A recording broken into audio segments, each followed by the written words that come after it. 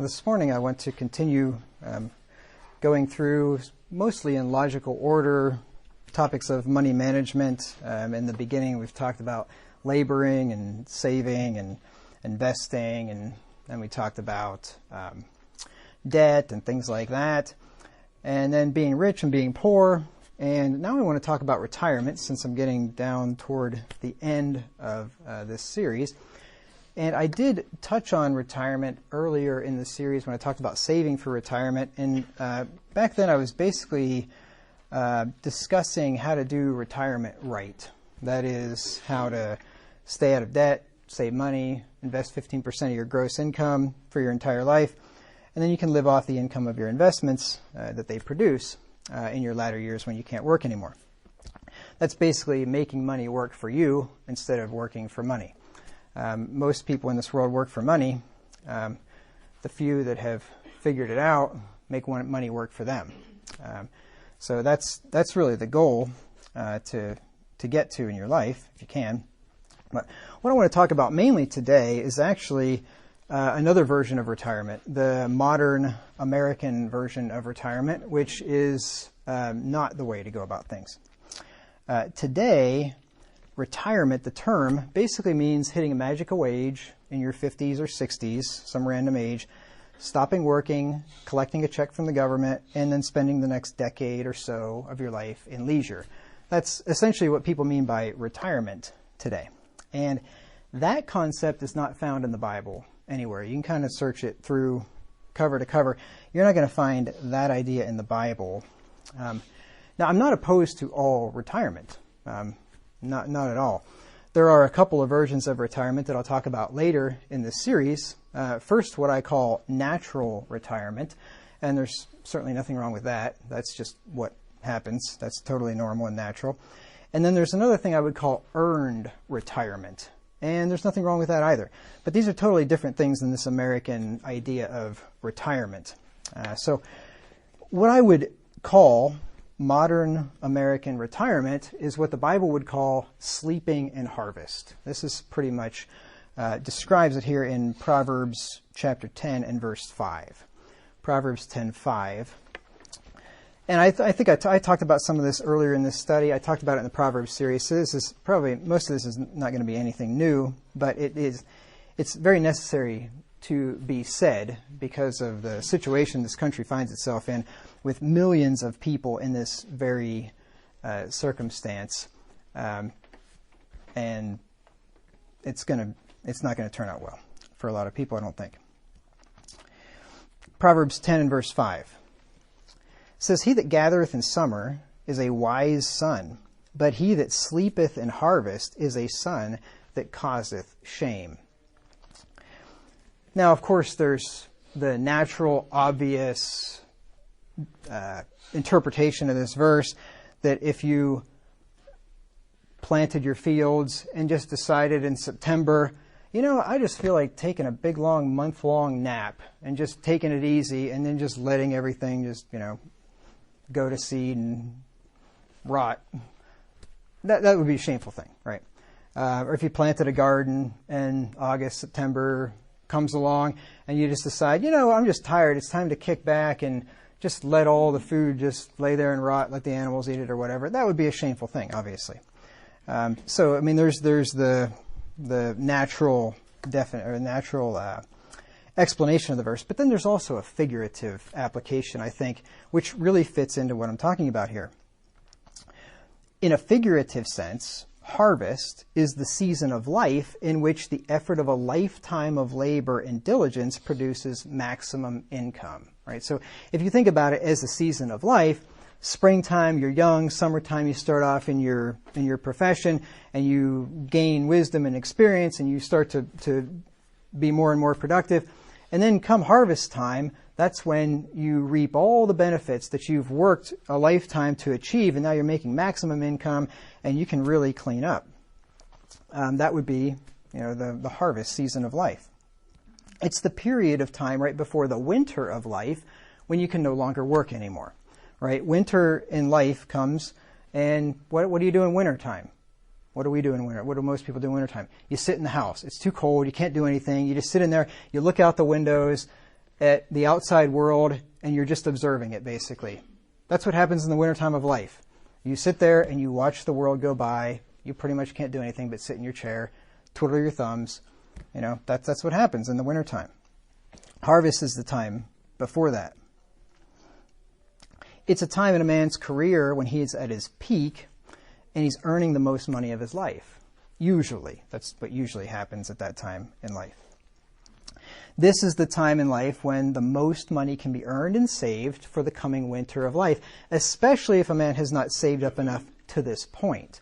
Now, what you should have been doing is saving during the springtime when you were young, during the summertime when you were building your career, and then into the harvest, and getting interest on your side and building all that up. But if you didn't do that, if you dropped the ball, didn't know, whatever, then the harvest time of life is like, this is the time to get busy. I'm not making minimum wage like I was when I was 18.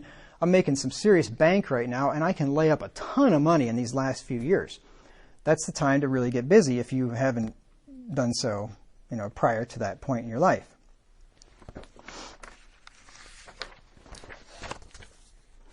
Now, just as a son who sleeps during the literal harvest causes shame, so does the Son of God, and I'm speaking of us as sons of God, so does the Son of God who figuratively sleeps during the harvest time of life. There when you're at maximum earning potential, and then because society tells you, oh, you've hit a magical age, stop working, and go enjoy yourself.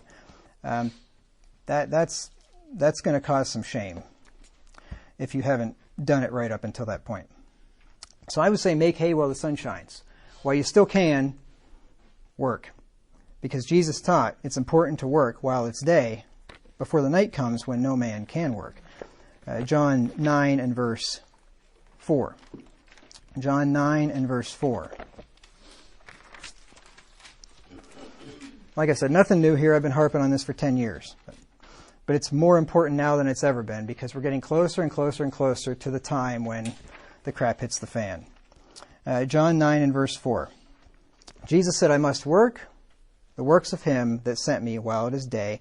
The night cometh when no man can work.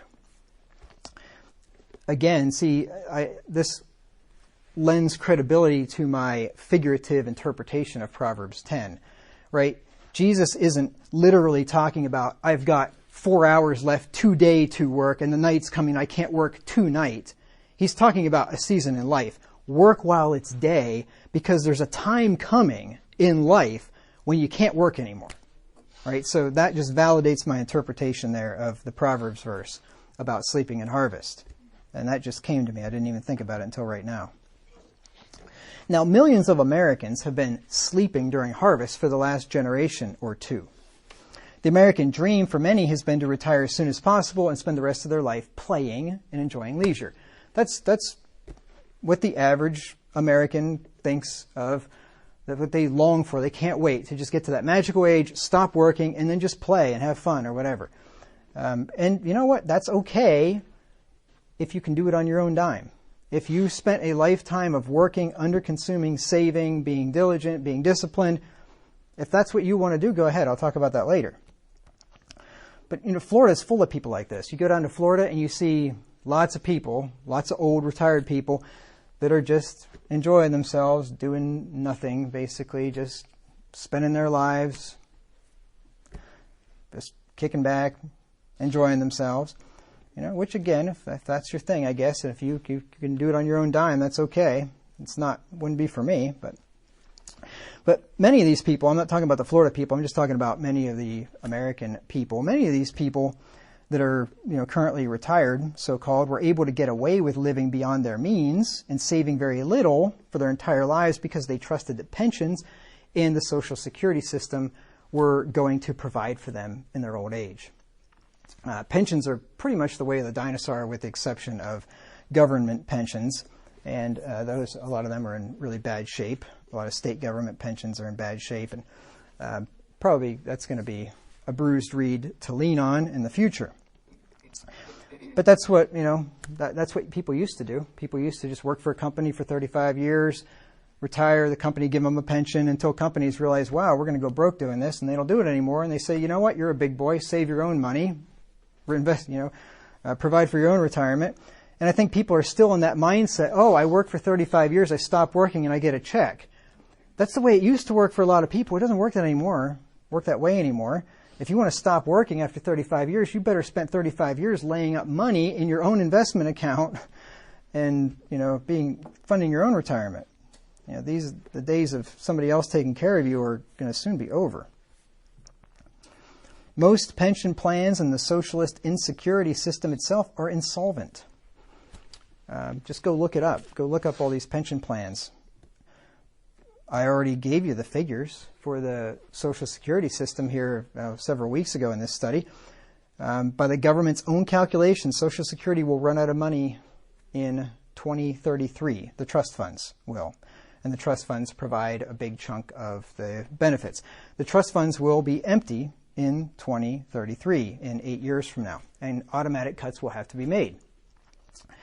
Unless they do something first to shore it up. And maybe they will, I don't know. The Congress doesn't do anything these days. Nothing good anyway.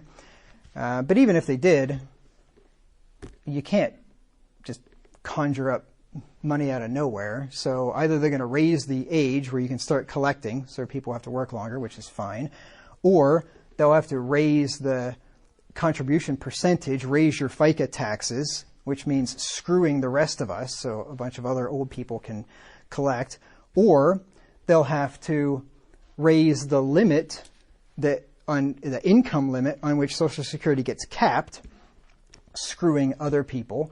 Right now it gets capped at 170-something, 170-some thousand. After that point, you don't pay Social Security tax anymore.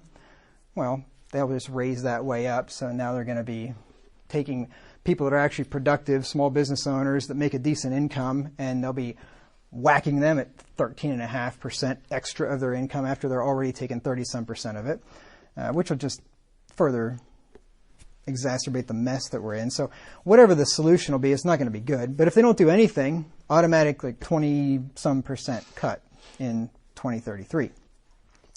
So if you're under 60 years old, I suggest that you don't even figure Social Security into your retirement plan. I think if you're any age, don't factor it in. But especially if you're under 60, forget about it. Don't even think about it. When I think about planning for my future to have enough laid up, I don't even like to use the word retire, but when I think about planning for the future to have enough laid up for my wife and I to live for the rest of our lives, Social Security doesn't even enter my mind. I never think about it. It doesn't even exist. Whether or not I'll collect anything or not, I don't even think about it. I don't think about that. I don't think about any inheritance that I may or may not get. I don't think about any of that stuff. I think about whatever I can lay up and save myself, and I think about nothing else. There's no white knight in shining armor coming to save me. I need to take care of myself with the help of God. And that should be everybody's attitude. You are on your own. Plan accordingly. Now, if Social Security checks continue to be sent in the future, and they probably will, I mean, they'll send a check out, or your direct deposit or whatever. They're not going to stop doing that, of course, because they'd have some kind of a revolution of octogenarians, shaking their canes at them in Washington or whatever. So anyway, they'll still send the checks. They're just not going to buy much. That's all. They're just going to, in the future, they'll just buy less and less because they won't keep up with inflation. And I'll give you an example of this. And like I said, I've been warning about this repeatedly for years, for 10 years. This is nothing new. But in 2021, you remember 2021 happened right after 2020. In 2020, the government printed up trillions and trillions of dollars for the whole COVID scam and just handed it out like candy to everybody. And everybody stopped, or a lot of people stopped working, and then you handed out a bunch of money to people, and what do you got? You got more money, less goods. What happens, right? And prices go up. It's called inflation. Well, in 2021, the effects of all the government spending and the money printing that facilitates it finally began to show up in significantly higher consumer prices. And those prices have not come down, and they're not going to, right? We had crazy inflation back in 2021, and in 2022, the inflation rate has come down some, but in order for prices to go back to where they were, inflation would have to go negative a long ways. Well, yeah, good luck with that. Inflation's, I don't know if it's ever gone negative since the Fed was created in 1913. But anyway, so prices went up. According to the Consumer Price Index, the CPI, which is how the government measures inflation, prices went up 7% in 2021, which means that according to the government, prices went up 7%, right? CPI goes up, they're saying prices went up 7%. The thing is, I've talked about this before, the government changed the way that they calculate the CPI in the 1980s because we had a lot of inflation in the 1970s. And so the government changed the way that they calculate it to understate inflation. They wanted people to think that the inflation rate is low. Don't believe those lying eyes of yours when you're at the grocery store. Trust us, inflation's only 3%, right? That's what they've been doing for a long time. Well, what this allows them to do is give a smaller cost of living increase to Social Security recipients because it's based on the CPI. So, for instance, in 2021,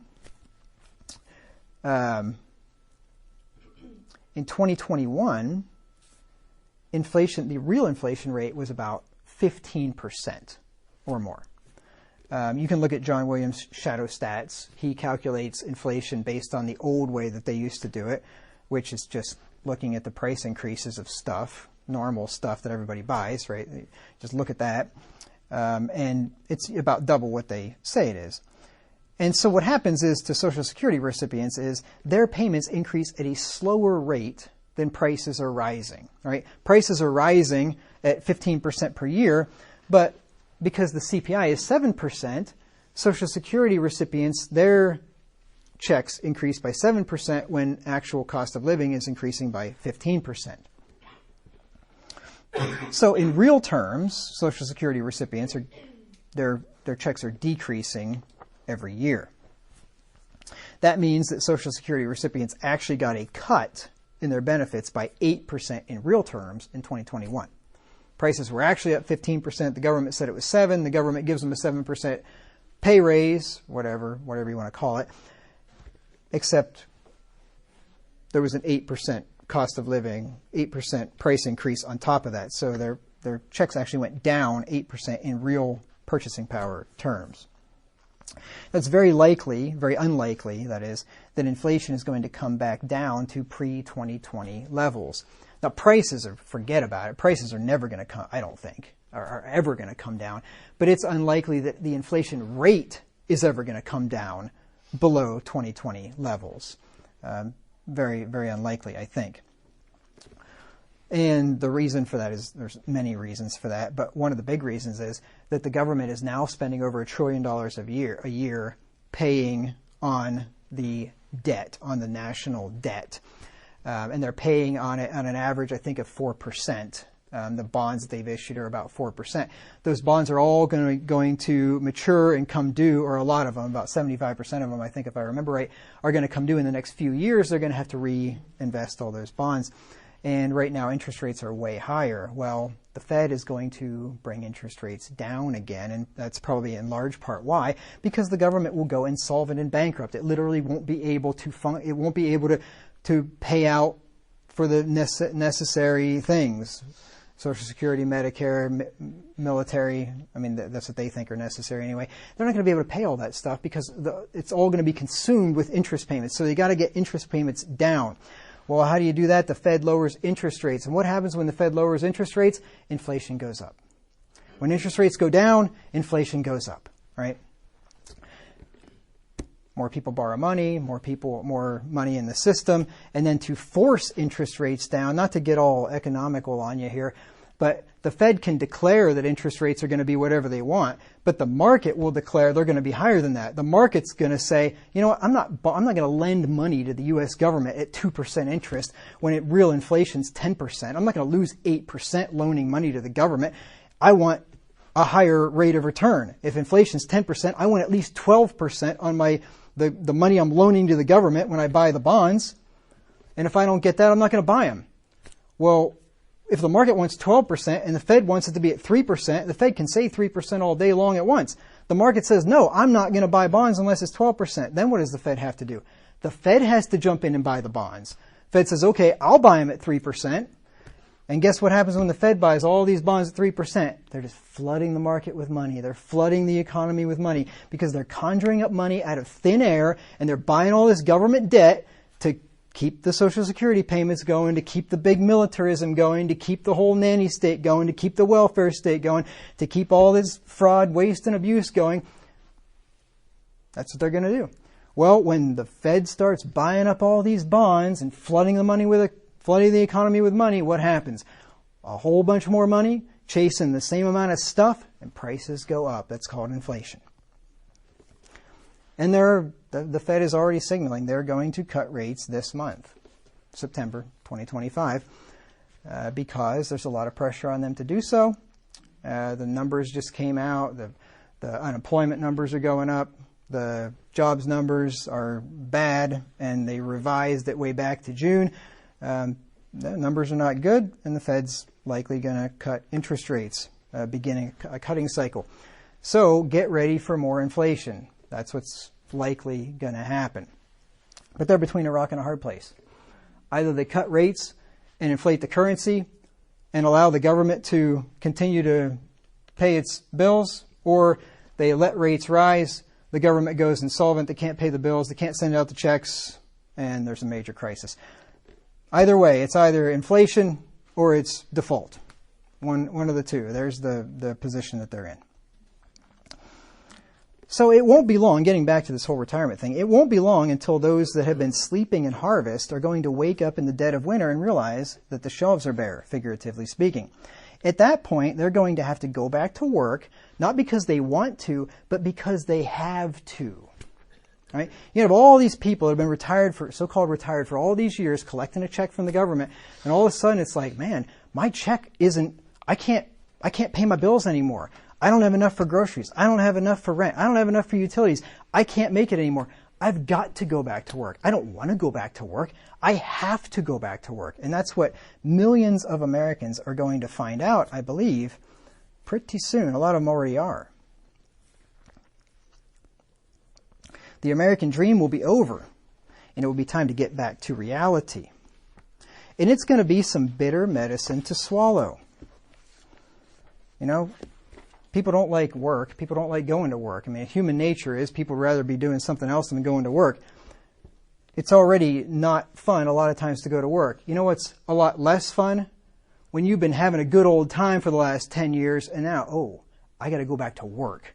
And guess what?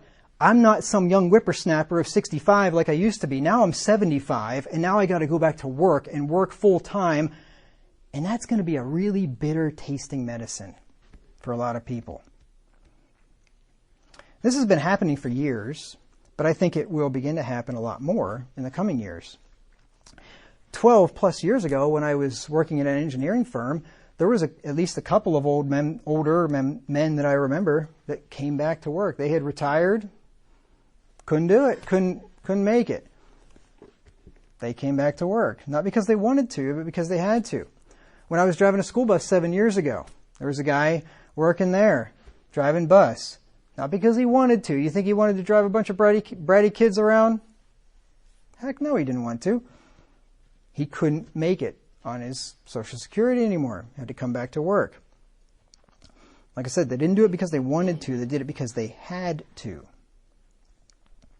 There's going to be a lot of people in their 60s, 70s, and even 80s coming back into the labor force, competing with younger people for jobs.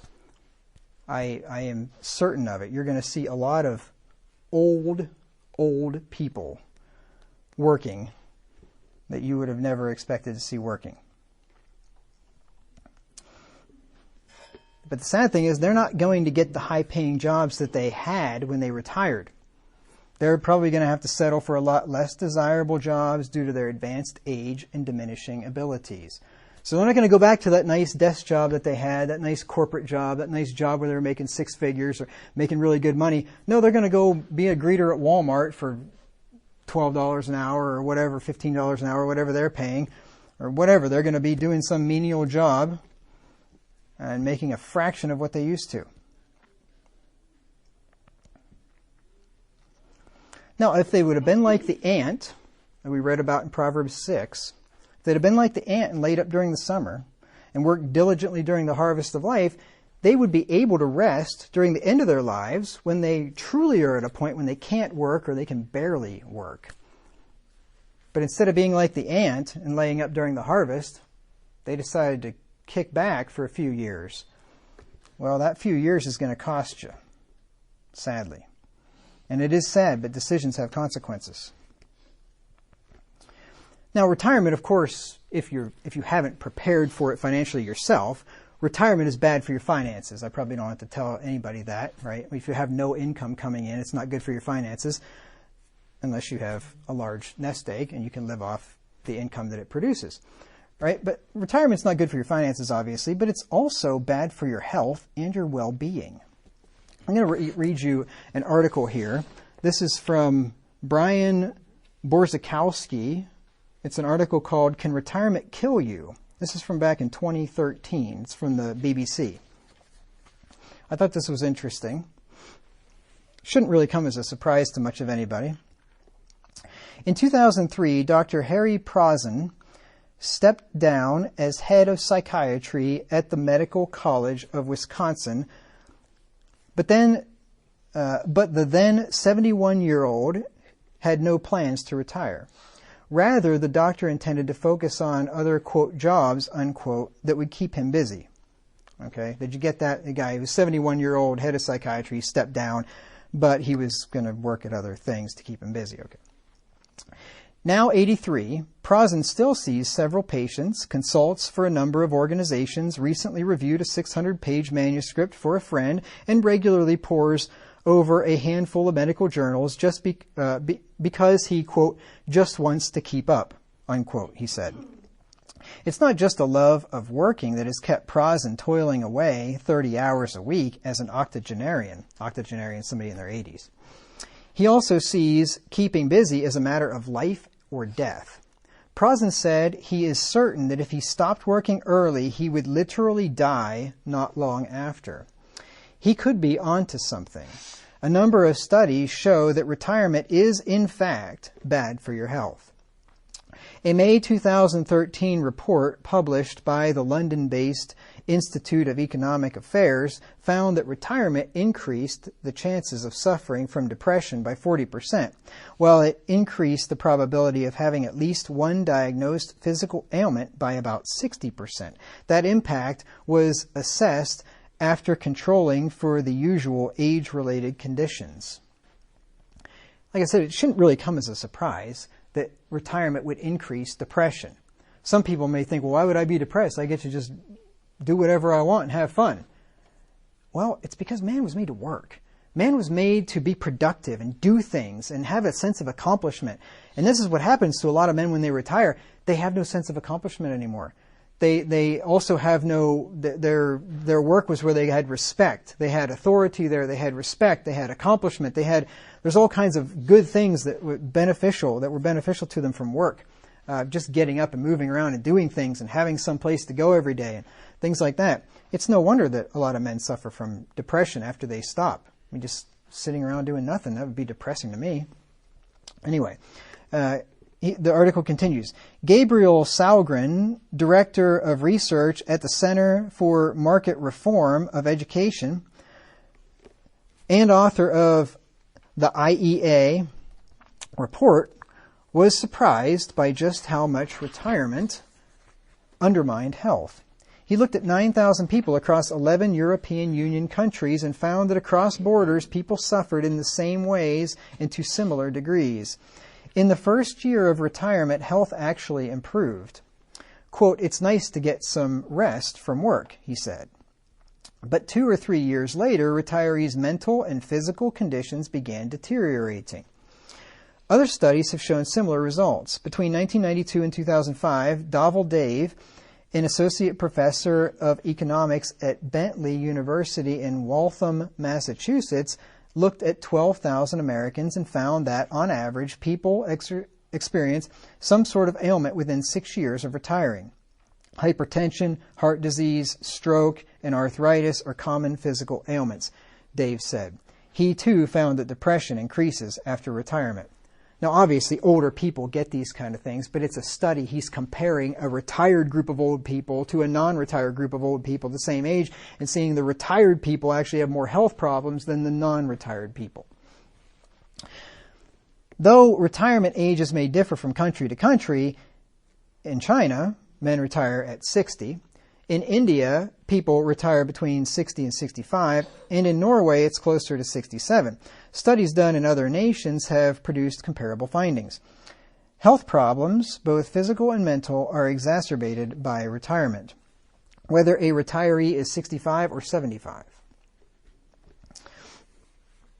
And that makes sense to me. I believe what I'm reading because it just resonates in my soul. That makes sense. Now, there is a retirement that is biblical. You will find this in the Bible. And that retirement is called death. Revelation 14 and verse 13. Here is the Lord's retirement program. He's got a retirement program planned and provided for every one of us. Every single one of us has a retirement program in our future. Revelation 14 and verse 13. And I heard a voice from heaven saying unto me, Write, Blessed are the dead which die in the Lord from henceforth. Yea, saith the Spirit, that they may rest from their labors, and their works do follow them. They may rest from their labors. When do we finally get to rest from laboring? When we die. Now, Revelation 6 and verse 11. Revelation 6 and verse 11. Except, I'll get to this in a minute, when you die and go on to heaven, you still don't stop working. We're still going to work up there. Thank the Lord. Can you imagine if heaven was like most people's conception of it, where you're sitting on a cloud strumming a harp for all eternity or something? Thank the Lord we're going to get to work and do something productive. Only work won't be frustrating and irritating and disappointing and all the things that it is here sometimes. Revelation 6 and verse 11. And this is speaking of the martyrs. And white robes were given unto every one of them, and it was said unto them that they should rest, yet for a little season, until their fellow servants also, and their brethren that should be killed as they were, should be fulfilled. So yeah, they should rest a little while. They're taking their retirement. In fact, these folks here took early retirement. You know that? They were martyrs. They died earlier than they normally would have. They got to take early retirement. And then Isaiah 57, 1 through 2. Isaiah 57, 1 through 2. Don't feel bad for people who get to take early retirement in this context. Isaiah 57, 1 through 2. The righteous perisheth, and no man layeth it to heart. And merciful men are taken away, none considering that the righteous is taken away from the evil to come. We often don't think about that. We just think about how sad it is the person died. But if you think about it, all the evil to come that person was taken away from. Now, I mean, that could be things that happen in the world and all that, or it could just be simple, the evil to come, getting cancer and dying of some horrible disease, or having a lot of pain, or getting Alzheimer's or dementia or something and losing your mind, or witnessing, tragedies and calamities happening to your children or your family or whatever. There's all kinds of things, right? That people that die, they're taken away from all this evil to come. They don't have to deal with all this stuff that we do. And look at what it says here. He shall enter into peace. They shall rest in their beds, each one walking in his uprightness. There's your retirement. You get to rest. Rest in your bed. But like I said, even this retirement is not sitting around all day doing nothing and living a life of leisure. Here's a quote from Randy Alcorn in his book Heaven. I talked about this in the Heaven series, if you remember. He writes, Since work began before sin and the curse, and since God, who is without sin, is a worker, we should assume human beings will work on the new earth. We should assume we'll be able to resume the work started by Adam and Eve, exercising godly dominion over the earth, ruling it for God's glory. Because it does say that the second coming of Christ will be the restitution of all things, so it gets restored to the way it was in the beginning. But we don't need to just assume this. Scripture directly tells us, when the faithful servant enters heaven, he is offered not retirement, but this, quote, Well done, thou good and faithful servant. Thou hast been faithful over a few things. I will make thee ruler over many things. Enter thou into the joy of thy Lord.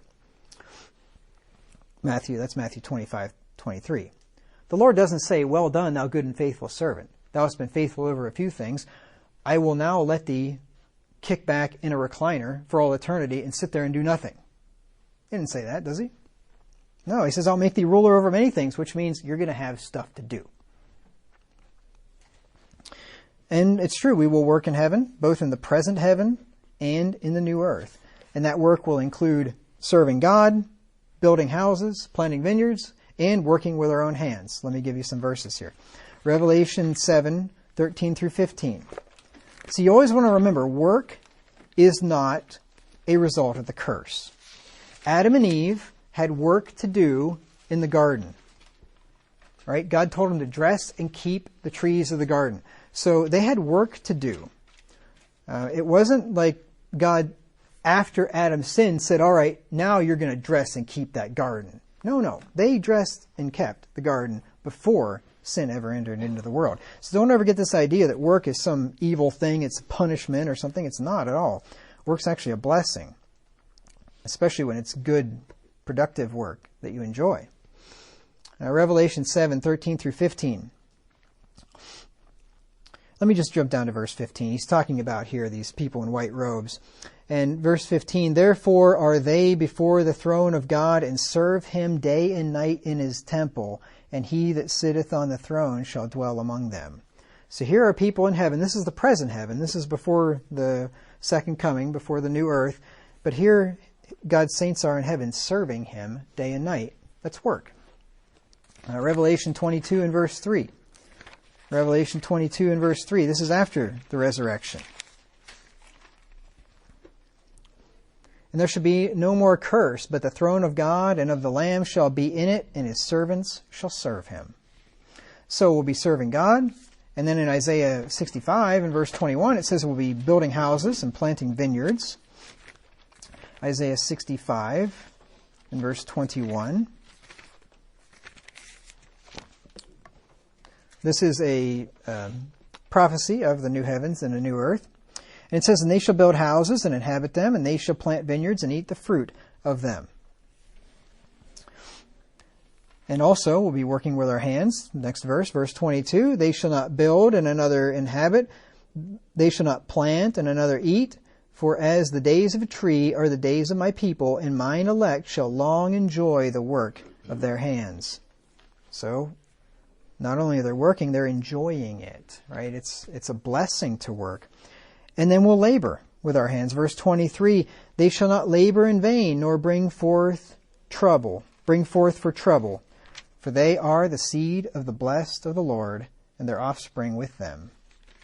So yeah, working is not just something for this earth. It's not a punishment. Working is a good thing. So if you don't like to work, you better learn to quickly, because work's never going to end. Now, I mentioned earlier that there are a couple of other types of retirement that I have no problem with, and I think from my understanding of the Bible, there'd be no biblical problem with this either. The first is what I call natural retirement. As a man gets older and weaker, he should naturally do less work, especially physically and mentally demanding and intensive work. That just makes sense, right? As you get older and weaker and you have less and less mental capacity, you do less and less. It would be ridiculous to expect an 80-year-old man to do the exact same work, the exact same hours, the exact same amount of work as a 30-year-old man. That's crazy, right? Of course. The older you get, it should just be a natural progression. You just get older, you get tired, you're like, I got to cut back my hours a little bit here. I just can't do it anymore. I'm just too tired, right? And then, maybe you're back to halftime, and then maybe you're just back to working one day a week or whatever you're doing. But, it's just a natural progression. That's just the way it should work. And the thing is, you want to remember, and I'm not telling you anything you don't know, but people age differently. You ever notice that? I mean, there are some people in their late 60s that are like pretty much wheelchair bound. I mean, walking with a walker, in terrible health, barely get around. Right? There are other people in their late 60s that look like they're in their 40s, right? Or at least act like they're in their 40s, and they've got all kinds of energy. Just, they haven't changed in years. There's people in their 80s that some of them are still going strong, can sharp as a tack, work all day long. There are other people that in their 80s that have been sitting in a wheelchair or in a nursing home for 5 years, right? Can't do anything. So age is, people age very differently. So there's no set thing here. It's not like, well, when you hit this age, then you can start to slow down a little bit. Well, maybe. Maybe when you hit 65, you can start to slow down. Maybe when you hit 65, you got 10 good solid years left where you could really go out there and produce a lot, make a big difference in the world, and rack up a ton of money for you and your family to live off of. Other people at 65, they're pretty much, pushing a walker, right? And they can't hardly do anything. So there's no set age for these kind of things. But if a man lives long enough, he may get to the point where he's just incapable of doing anything that would qualify as work, right? And that's fine. My grandmother's going to be 92. Now, she's a woman. I'm talking about men when I'm talking about retiring and working and all that stuff. But my grandma's 92. Let's say she was a man. She could not work. She could not go out and get a job, period. It is absolutely impossible for her to go out and get a job doing anything. That's fine. But you know what? She keeps her house. She gets herself food ready every day. The house is nice and clean and neat. She still does what she can, even though she can barely do anything. Walks around all stooped over in a walker. But yeah, that's fine. That kind of retirement, that's perfectly natural. But this is completely different from the American idea of reaching a magic age and quitting one's job and not working at all when one is still in good health and capable of being productive. Now, there's also what I call earned retirement. And I think this is fine also. If a man's could even be in his 50s, 60s, 70s. If you saved $1 million plus, you got $1 million in your nest egg and your investments, and you can live on those investments for the rest of your life, and you want to quit a stressful job and work a different full-time or a part-time job that's less demanding, that's fine. I don't think there's anything wrong with that at all. You could even choose to quit work and keep busy with volunteering or helping friends and family, spending time with grandchildren. You could just choose to stop working. If you got $1 million in investments, $1 million, if you were making, say, 8% interest, that's $80,000 a year. You could live comfortably on $80,000 a year. It wouldn't be growing anymore, but you could live off of the income. But then again, you'd have to be in the stock market to do that. And when you're in your retirement years, it might not be a good idea to have it in the stock market where it could have a big drop at some point. So if you take that $1 million and you put it in something more conservative, like bonds or like CDs or something at 4% interest, now you're down to $40,000 a year income on $1 million. $40,000 a year, yeah, doable these days. You're not going to be doing much of anything, really. You could exist on it. You could survive on it if you had no house payment, if you had no payments at all, no debt. But that's what I mean. Oh, $1 million, I'm a millionaire. Yeah, big deal. You're a millionaire. That means you can live a subsistence lifestyle if you don't want to spend the $1 million and get down to zero, right? So even $1 million is not, it's not that big of a deal, really, these days. But anyway, yeah, if you had $1 million plus and you're whatever age and you want to stop working and do whatever you want, well, you know what? You have earned the right to do that. Literally. You have literally earned the right to do that. You have earned that money. You have been diligent, disciplined. You have sacrificed. You have underconsumed your entire life. You've been wise and invested. You have earned the right to stop working because you can take a portion of your labor, essentially. Your money is your labor, right? That's where you got it. You can take a portion of your labor. What you basically did is labored a whole bunch, and you put a big stockpile of labor here that you now can take from. You're basically living on your past labor. You have worked and earned, and therefore you have the right to stop working if you'd like to. But if you have not saved enough to live off of for the rest of your life, you have not earned the right to retire. You know, people think everybody's got a right to retire. No, everybody doesn't. Nobody has the right to retire that does not have enough money laid up to live off of that money for the rest of his life. You have not earned the right to retire if you have not done that. Just like you haven't earned the right to buy a car if you don't have the $20,000 to write out the check. You haven't earned the right to buy a Big Mac if you don't have $6 in your pocket or whatever. I don't know what a Big Mac costs, but whatever. You haven't earned the right to anything unless you have the money for it. You haven't earned the right to retire unless you've got the money that you can live on for the rest of your life. And since you don't know how long the rest of your life is, that's got to be a lot of money because you could live for 20 or 30 years. What you don't have the right to is other people's money. Anybody that says you've worked for a long time, you have the right to retire and get a check from the government or whatever. You know what they're saying? You have a right to other people's money. That's what they're telling you. You have a right. No, you don't. You do not have a right to other people's money. You have a right to your own money, and that's it. Now, if a person decided to do that, 50, 60, 70, whatever, you got enough money laid up now, you decided to stop working, you can do that, but you will miss out on the blessing and the personal fulfillment of doing productive labor if you choose to take earned retirement. You will actually probably have a less fulfilled life because you will not have that sense of accomplishment anymore. I'm not saying you have to work full time or something. You got $1 million laid up and you worked and earned all that and invested it, and you want to work part-time, half-time or something like that, whatever, that's fine. But I'm just saying if you stop working entirely, you're going to miss out on probably a lot of blessing in your life. But that's every man's decision to make for himself, if he's in that position. Now, I'm going to finish off this section on retirement with 3 quotes that I like here. The first one's from a guy named Max Asness. He says, money is something you got to make in case you don't die. I would say you have to save and invest in case you don't die. But yeah, money is something you got to make in case you don't die. Have you ever heard this saying? It's a common one. You probably have. There's different versions of it, but behind every successful man is a supportive woman. You ever hear that? Behind every good man is a good woman, or something like that. Well, I saw this one. It was on a sign in a restaurant back home, and I thought it was really good. I really like it. It says, behind every retired man is a wife wishing he would go back to work. I think that is universally true of 100% of all women on the planet. I believe that is the case.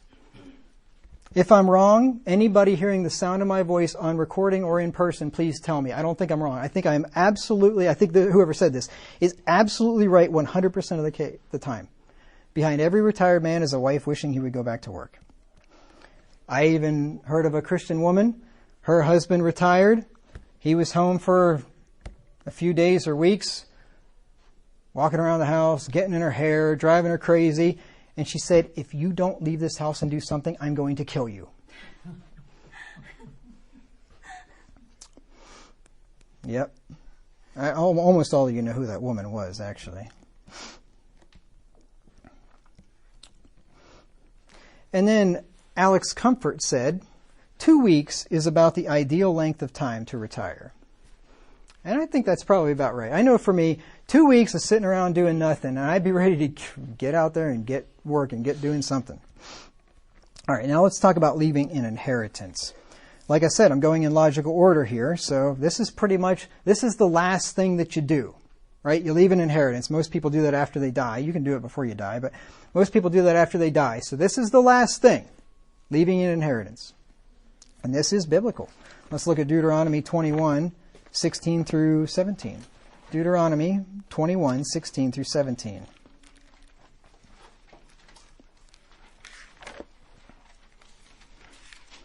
Now, there are socialists and communists out there that think leaving an inheritance is evil. That just perpetuates inequality because wealthy people leave their money to their children and then their children are wealthy. But it's biblical. It's a good thing to do. Heck of a lot better than leaving it to the government to go out and waste it. Deuteronomy 21, 16 through 17. Then it shall be, when he maketh his sons to inherit that which he hath, that he may not make the son of the beloved firstborn before the son of the hated, which is indeed the firstborn. Verse 17, but he shall acknowledge the son of the hated for the firstborn by giving him a double portion of all that he hath, for he is the beginning of his strength. The right of the firstborn is his. So even if he liked another son better, had a son from a different wife and he liked better, he had to give a double portion to the firstborn. So yes, inheritance is biblical. The Bible teaches us that in Old and New Testament that parents are to lay up for their children. Proverbs 19 and verse 14. Proverbs 19:14. It says, house and riches are the inheritance of fathers, and a prudent wife is from the Lord. House and riches are the inheritance of fathers. They're what fathers give to their children. 2 Chronicles 21 and verse 3. 2 Chronicles 21 and verse 3. Parents are to lay up for the children, not children for the parents. There are unbiblical cultures out there that think that children ought to be laying up for the parents. It's not right. I mean, yeah, they ought to help them if in their time of need if they have to, if they need it. But you don't, some cultures think you have children just so the moment they get out of the house, you can stop work and be a bum and have them support you for the rest of your life. It's ridiculous. 2 Chronicles 21 and verse 3. And their father gave them great gifts of silver and of gold and of precious things with fenced cities in Judah. But the kingdom gave he to Jehoram because he was the firstborn. This is King Jehoshaphat. Gave to his children silver and gold and precious things, right? He gave them an inheritance. And then 2 Corinthians 12 and verse 14. And this one sums it up quite well. 2 Chronicles 12:14. Behold, the third time I am ready to come to you, Paul writes to the Corinthians, and I will not be burdensome to you, for I seek not yours, but you. For the children ought not to lay up for the parents, but the parents for the children. He's using this principle. He's using it figuratively. He's their father in the ministry or in the faith. But he's basing it on a worldly principle here that parents ought to lay up for the children, not children for the parents. Children are not supposed to lay up for the parents, like this verse says. However, children are supposed to take care of their aging parents if they cannot take care of themselves. Let's look at Mark 7, 10 through 13.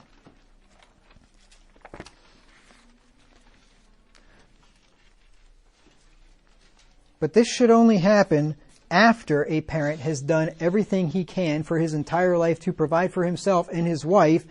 And then, if you've done everything that you can and you've lived wise and frugally and you've run out of money at the end of your life, you've outlived your money, then your children can and should help you out.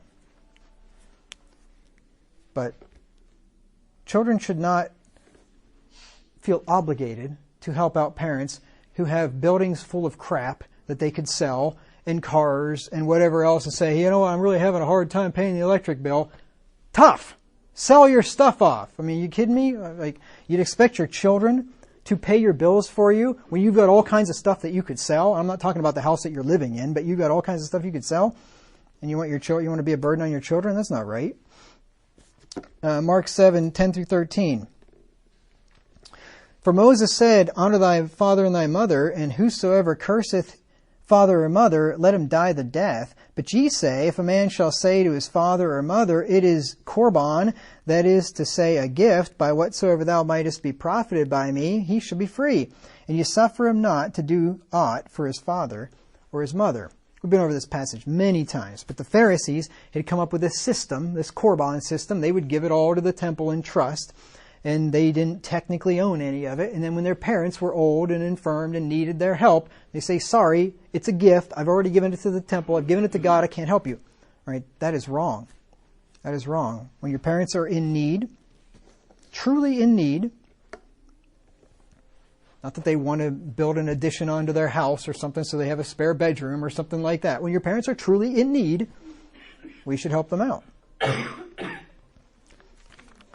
1 Timothy 5 and verse 4. 1 Timothy 5 and verse 4.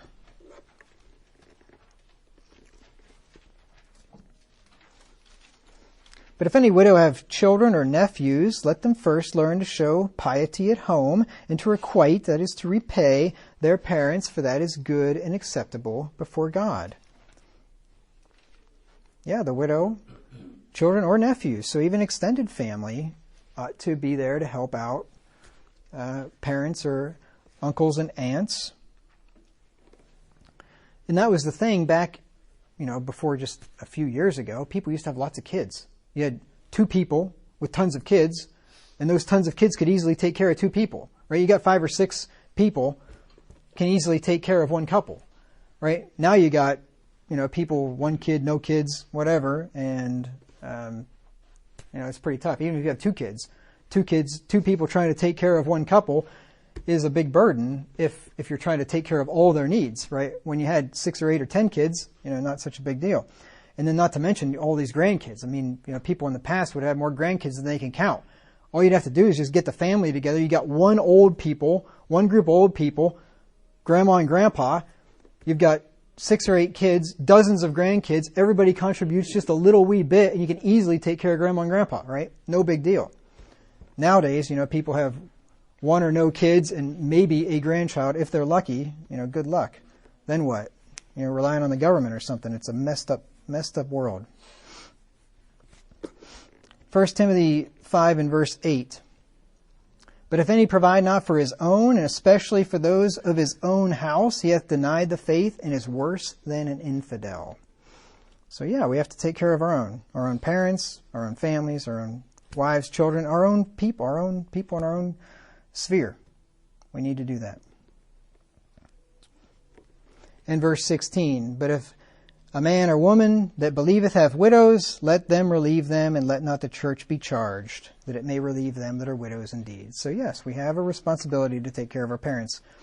But look at this widow here. Verse 5.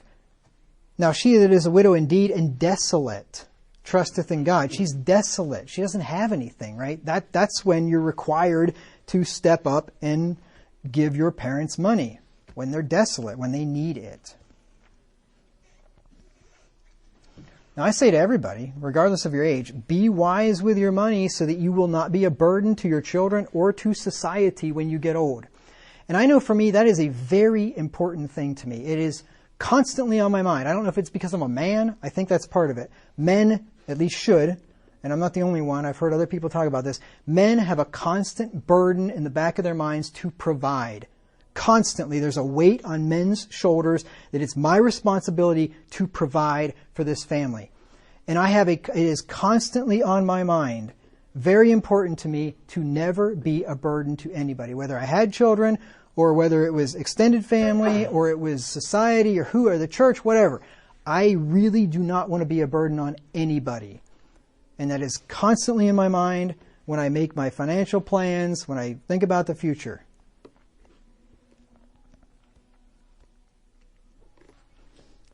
Now, a good man will save enough not only to leave an inheritance to his children, but to his children's children, to his grandchildren. Proverbs 13 and verse 22. Proverbs 13 and verse 22. A good man leaveth an inheritance to his children's children, and the wealth of the sinner is laid up for the just. So there's one of maybe 6, 7, 8 places in the Bible which talks about a good man. A good man does thus and so. There's a bunch of them. I've covered them and I've written about them and I've preached about them. But this is one. A good man leaves an inheritance to his children's children, to his grandchildren. That could be a nice boost. Because your children, chances are, especially if you had children young and you live till you're old, by the time you die, your kids are old, right? Your kids could easily be in their 60s or 50s. They ought to have their ducks in a row. I was going to say something more vulgar, but anyway, they ought to have their ducks in a row by that age. It ought to just be icing in the cake at that point, an inheritance. But to the grandchildren, that can really help you with a down payment on your first house or whatever, right? That could be a real blessing for a younger person that's just starting out in life.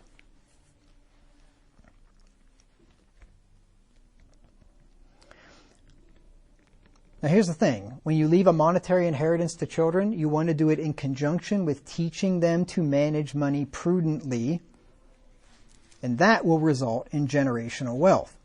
If you leave your children an inheritance, it's only going to benefit them if you teach them to manage money wisely. Ecclesiastes 7 and verse 11. Now the thing is, though, you had to have done the teaching long before you leave the inheritance. Because like I said, chances are your children are going to be grown adults by the time you leave them an inheritance. Your teaching has long been over. You had to have taught them years and years and years ago to be responsible adults. And if you didn't, well, then you may as well forget about leaving them an inheritance if you want it to be a blessing.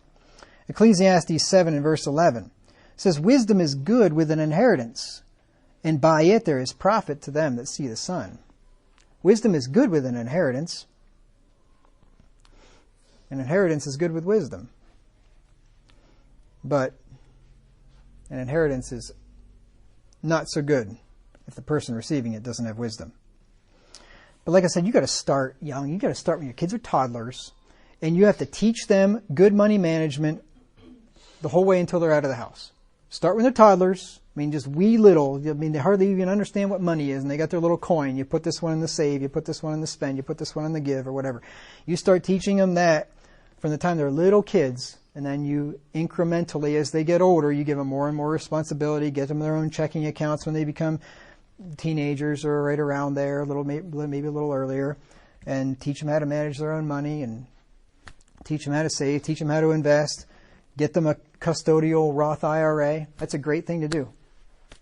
Braden, tell your parents to get you a custodial Roth IRA. You don't even know what that is. They might not either, but tell them to come talk to me. Get a custodial Roth IRA. You can't have an IRA when you're under 18. You can't legally sign for anything. But when you get a job, you have to get a real job. You can't, working for the neighbors doesn't count on this one. When you get a real job and you get a paycheck, then any income that you make, you can put in that Roth IRA. And that money will build in there for your retirement until you're 59 and a half, and it goes in tax-free, and you don't pay any tax on any of the gains. So when you put money in there, when you're just a little tyke like you are now, and someday at 59 and a half when you're a multi-millionaire, you don't pay one dime of tax on any of that money. You take it, and you can take out any of it you want, you don't pay any tax on it. It's a great deal. And the really cool thing is, when you're young like you are, you won't be paying any tax on your income until you get to a certain threshold.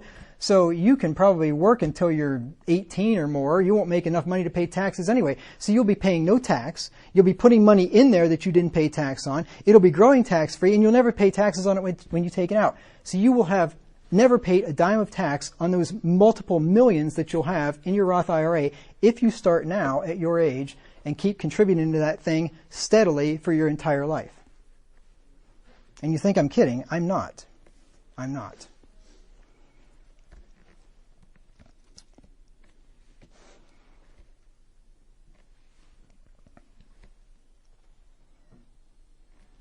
Here's what Ramsey had to say on this topic in his book, Baby Steps Millionaires. That said, there's nothing wrong, quote unquote, with being a spender. Sure, he's talking about your kids, whether they're spenders or savers and that kind of thing. Sure, spenders can be impulsive, but they can also be incredibly generous. And there's nothing, quote, right, unquote, about being a saver. Savers can tend to be more patient and responsible, but they can also be stingy. We are all wired one way or the other. The goal is to understand the personalities of our kids so we can teach them how to find the balance and be wise spenders and savers. I've mentioned this before, and I don't have a quote here, but I've mentioned this before, that people worry about, if I give my kids an inheritance, am I going to ruin them? Not if you have trained them well up until adulthood. If you've trained them well, they'll be just fine with it. It's not going to ruin them. But if you haven't trained them well, and they're a bunch of lazy,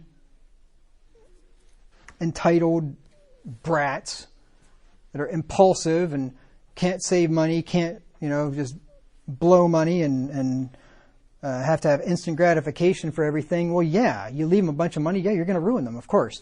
But if you've raised them right, you don't have to worry. You give them $10 million. It's not going to hurt them in the slightest. It's just going to magnify who they are, and that is a good person. But if you didn't raise them right, yeah, that $10 million will ruin them. Absolutely. It'll manifest what they are, a spoiled, rotten brat. Now, if you don't teach your children to manage money wisely, then don't bother giving them an inheritance because it's going to quickly be gone. Let me give you a couple of verses. Proverbs 20 and verse 21. Proverbs 20 and verse 21. An inheritance may be gotten hastily at the beginning, but the end thereof shall not be blessed. Yep. It comes in fast, and it's all exciting, and it's really cool to get it. And guess what? It's gone in a heartbeat. If you haven't been taught well. Yeah, and we all know the story of the prodigal son. We've been over that one. Remember the younger son says, give me what befalleth to me. And his father divides out his living to him and his brother. And then he goes off into a land and he wastes it with riotous living. And then he comes into want and ends up eating with the pigs. And then comes to himself and decides to go back and be a hired servant in his father's house. Right? But that man was never apparently taught anything. And that inheritance was harmful to him, not helpful. Because what's going to happen is if you don't teach your kids to manage money wisely and you give them an inheritance, you're just going to, it's all going to be wasted. All of your labor, your thrift, your diligent investing, your wise living, all of that will be for naught. You're just going to give it to somebody who's just going to blow it. How sad would that be? Solomon writes about that in Ecclesiastes. Now here's one that you might not have thought about before. But a parent is not obliged to leave all of his wealth to his children. Let's look at Proverbs 17 and verse 2. You don't have to leave all of your wealth to your children. Now, if they're good kids, you should leave them an inheritance. I mean, it is biblical to leave an inheritance, but you don't have to leave it all to your children. I'm not saying you shouldn't. It just depends on the circumstances. But Proverbs 17 and verse 2 says, a wise servant shall have rule over a son that causeth shame, and shall have part of the inheritance among the brethren. Here, this father had children, and he had a wise servant, and he left part of the inheritance to the servant. Nothing wrong with that. And if you have rebellious children, they don't deserve anything. Proverbs 11 and verse 29. Proverbs 11 and verse 29. He that troubleth his own house shall inherit the wind, and the fool shall be servant to the wise of heart. He'll inherit the wind, which that's a way of saying he's going to have nothing. What do you have if you inherit the wind? The wind blows, and you're going to try to grab a piece of it, right? You got nothing, right? It just blows on by. That's your inheritance if you trouble your own house. I have written beside that, this should be Uncle so-and-so's inheritance. I won't say his name publicly, but this should be Uncle so-and-so's inheritance. I had an uncle that should have inherited the wind, and it was a downright travesty that he inherited his portion of the estate. An absolute travesty. Man troubled his own house, shouldn't have got a thing.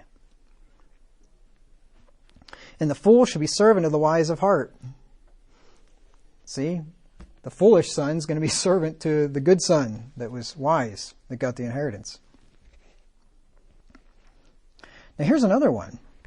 You know that Jesus did not teach that we have to evenly divide the inheritance between the children.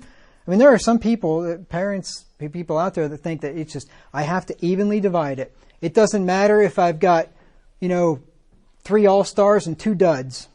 I have to evenly divide it among them all. Because that's just not right to give one child more than another. Well, you're not thinking like the Son of God, I can tell you that much if you think that way. Luke 12, 13 through 14. Luke 12, 13 through 14.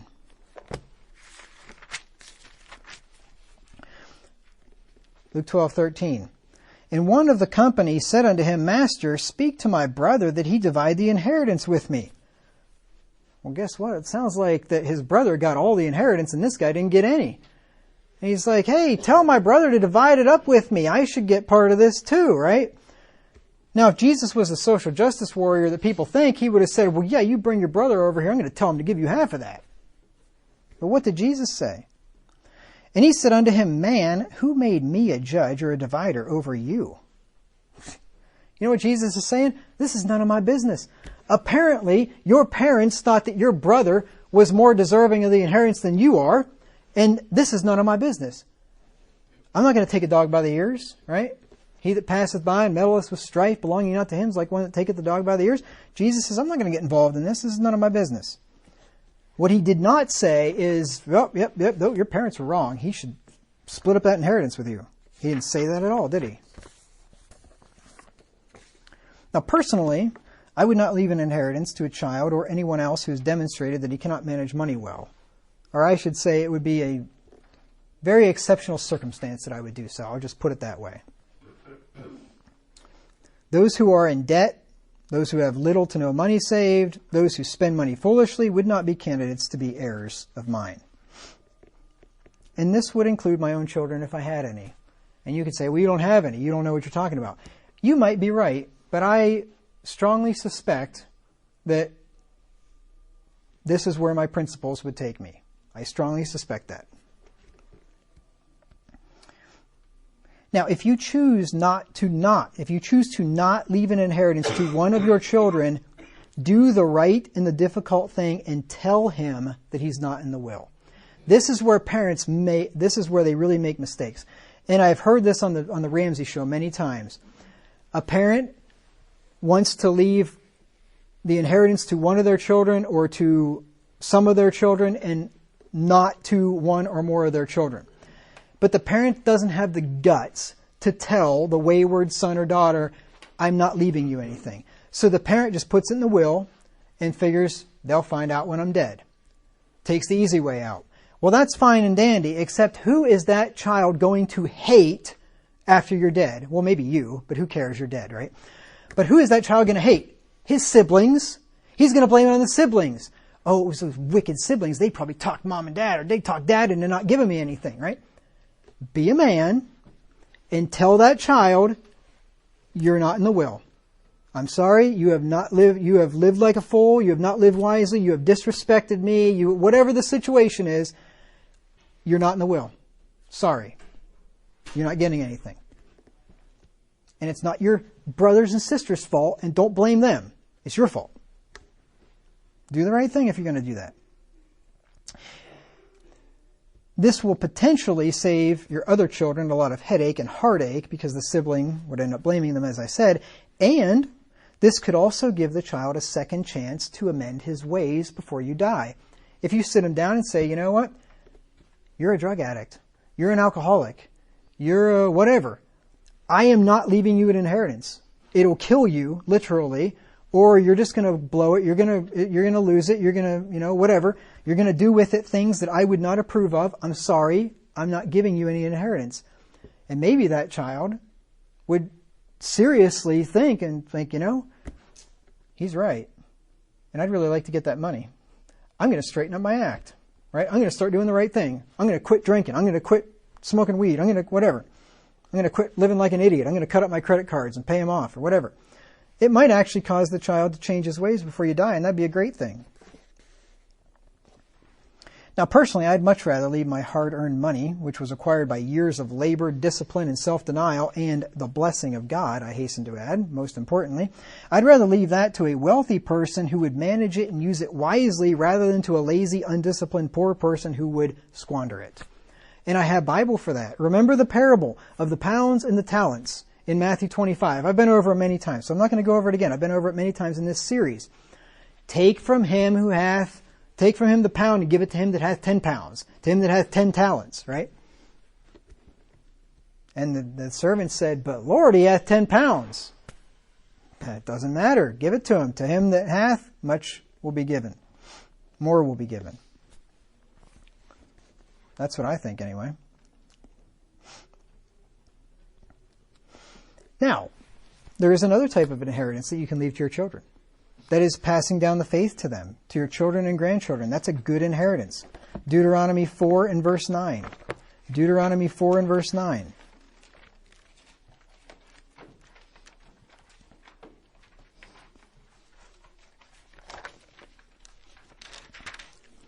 Deuteronomy 4:9. Only take heed to thyself, and keep thy soul diligently, lest thou forget the things which thine eyes have seen, and lest they depart from thy heart all the days of thy life. But teach them thy sons and thy sons' sons. So your children and grandchildren. That is a great inheritance, to leave them the faith, to teach them the Word of God, to teach them about the Lord. That's a great inheritance. However, this is not a replacement for leaving your children and grandchildren a monetary inheritance. It's great. It's a better inheritance to leave them the Word of God, to leave them the faith, to teach them godliness. That is the greater inheritance. But that is not an excuse to leave them the lesser inheritance of a monetary inheritance. Do not use this as a cop-out to shirk your responsibility. Well, I may not be able to leave my kids and grandkids any money, but I will pass down the faith to them. That's great. You want to do the greater, but don't leave the lesser undone. You remember what Jesus said to the Pharisees? Ye pay tithe of mint and anise and cumin, and have omitted the weightier matters of the law, judgment, mercy, and faith. These ought you to have done, that is the greater ones, judgment, mercy, and faith, and not to have left the other undone.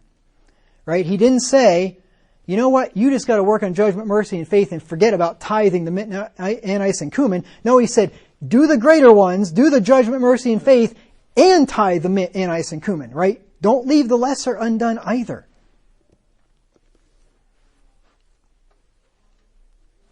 Don't let this be an excuse, because people will do this. All right, while I'm on this topic, I want to exhort you again. I did this in the series called Dealing with Death, I think. I talked about making a will, getting all your last things in order and all that. Make a will. For the sake of everything that is just and decent and good, make a will. It's irresponsible to die without a will. Or if you have a trust, then maybe you don't need a will, however that works. But anyway, you get what I'm saying. It's irresponsible to die without a will. If you have worked hard your whole life acquiring wealth, why would you want to leave it up to the state to determine who gets it?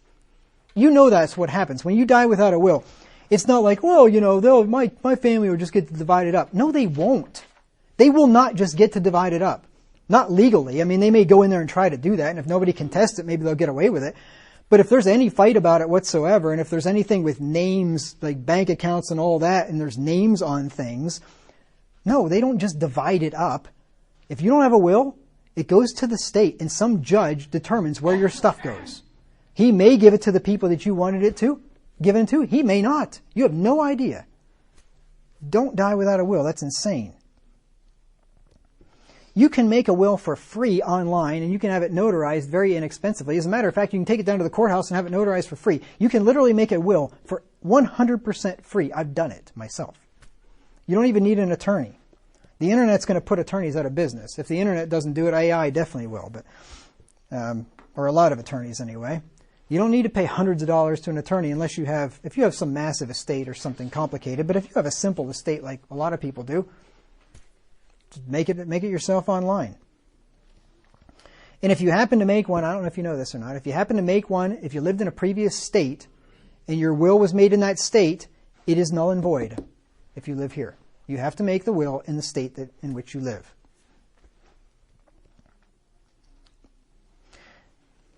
Ramsey said in his book, The Total Money Makeover, estate planners tell us that 70% of Americans die without a will.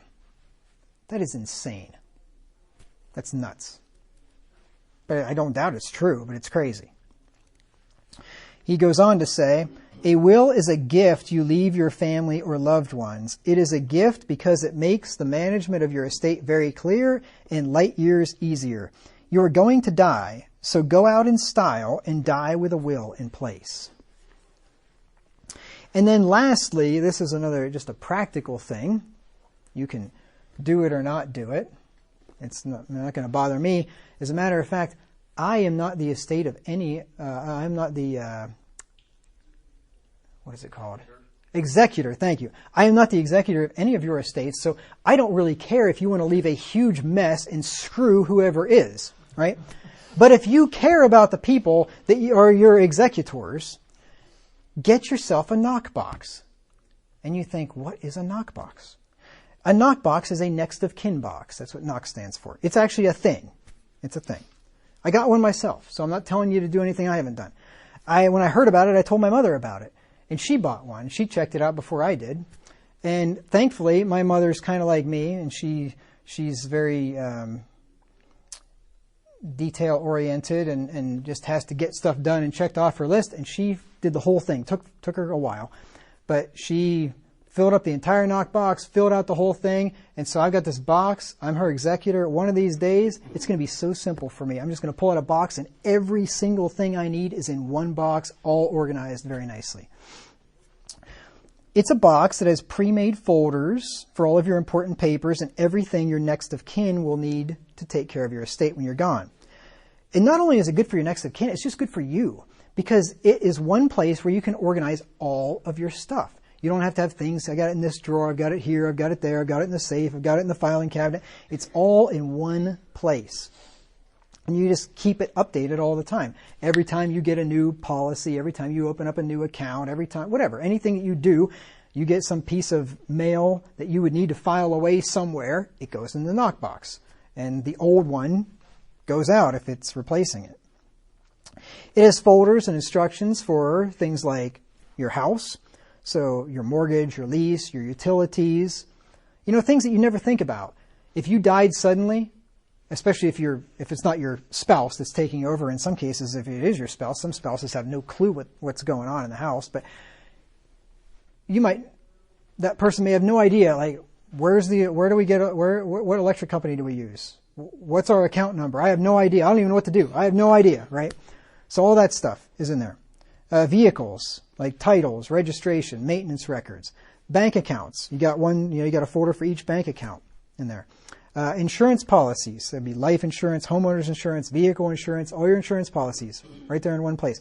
Investments, all your different, your 401k, your Roth IRA, your SEP IRA, your whatever, your brokerage account, whatever you have, your annuity, all your investments, all in one place.